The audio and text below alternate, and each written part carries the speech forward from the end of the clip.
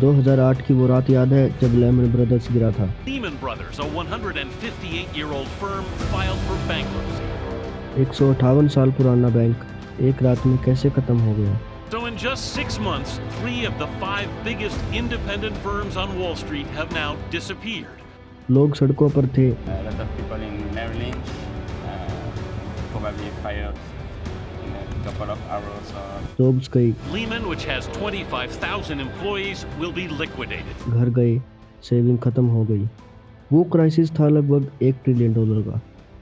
लेकिन आज इस मोमेंट में एक ऐसा फाइनेंशियल मॉन्स्टर खड़ा है जो उससे 600 गुना बड़ा है।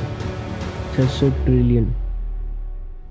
ये वो नंबर है जिसके बारे में बैंक चुपचाप रहना चाहती है, मीडिया अवॉइड करती है, क्योंकि अगर लोगों को पता चला तो पैनिक मच जाएगा। आज मैं आपको उस इनविजिबल वर्ल्ड में लेकर जाऊंगा जहां ये खेल चल रहा है, बिल्कुल सिंपल लैंग्वेज में। Welcome to international finance. Imagine करो मुंबई में आपका एक फ्लैट है 1 करोड़ रुपए का। एक दिन मैं आपके पास आता हूँ और कहता हूँ, देख यार, मुझे लगता है अगले साल तेरे फ्लैट की कीमत बढ़ेगी। मैं बैट लगाता हूँ 1 लाख रुपए की। आप सोचते हैं नहीं, मार्केट गिरने वाला है, प्राइस गिरेगी, तो आप बैट एक्सेप्ट कर लेते हैं। 1 साल बाद अगर प्राइस बढ़ी तो मैं जीता, अगर गिरी तो आप जीते। नोटिस करो, हमने फ्लैट खरीदा नहीं, बेचा नहीं, सिर्फ फ्यूचर प्राइस पर बैट लगाई। यही है डेरिवेटिव्स। लेकिन अब मैजिक शुरू होता है। उसी फ्लैट पर मेरे एक दोस्त ने भी बैट लगाई, फिर उसके दोस्त ने और फिर उसके दोस्त ने।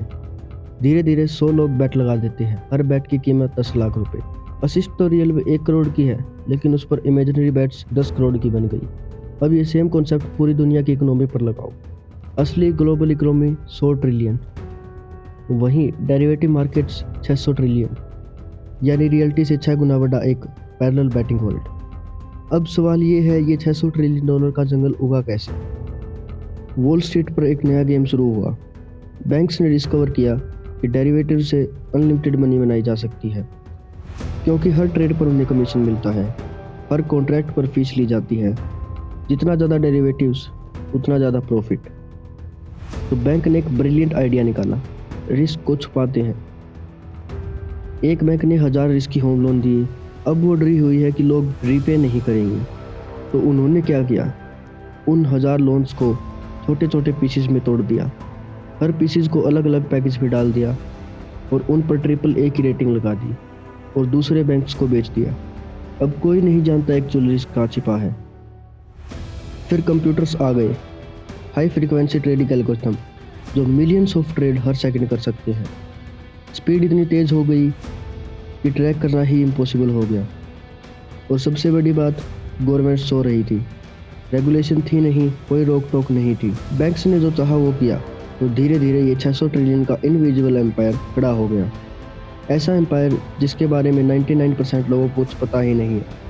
15 सितंबर 2008 सोमवार की सुबह न्यूयॉर्क में लेमन ब्रदर के एम्प्लॉय अपने डेस्क पर पहुंचते हैं। उन्हें खबर मिलती है बैंक बैंकरप्ट हो गया और आज से सब बेरोजगार हो गए।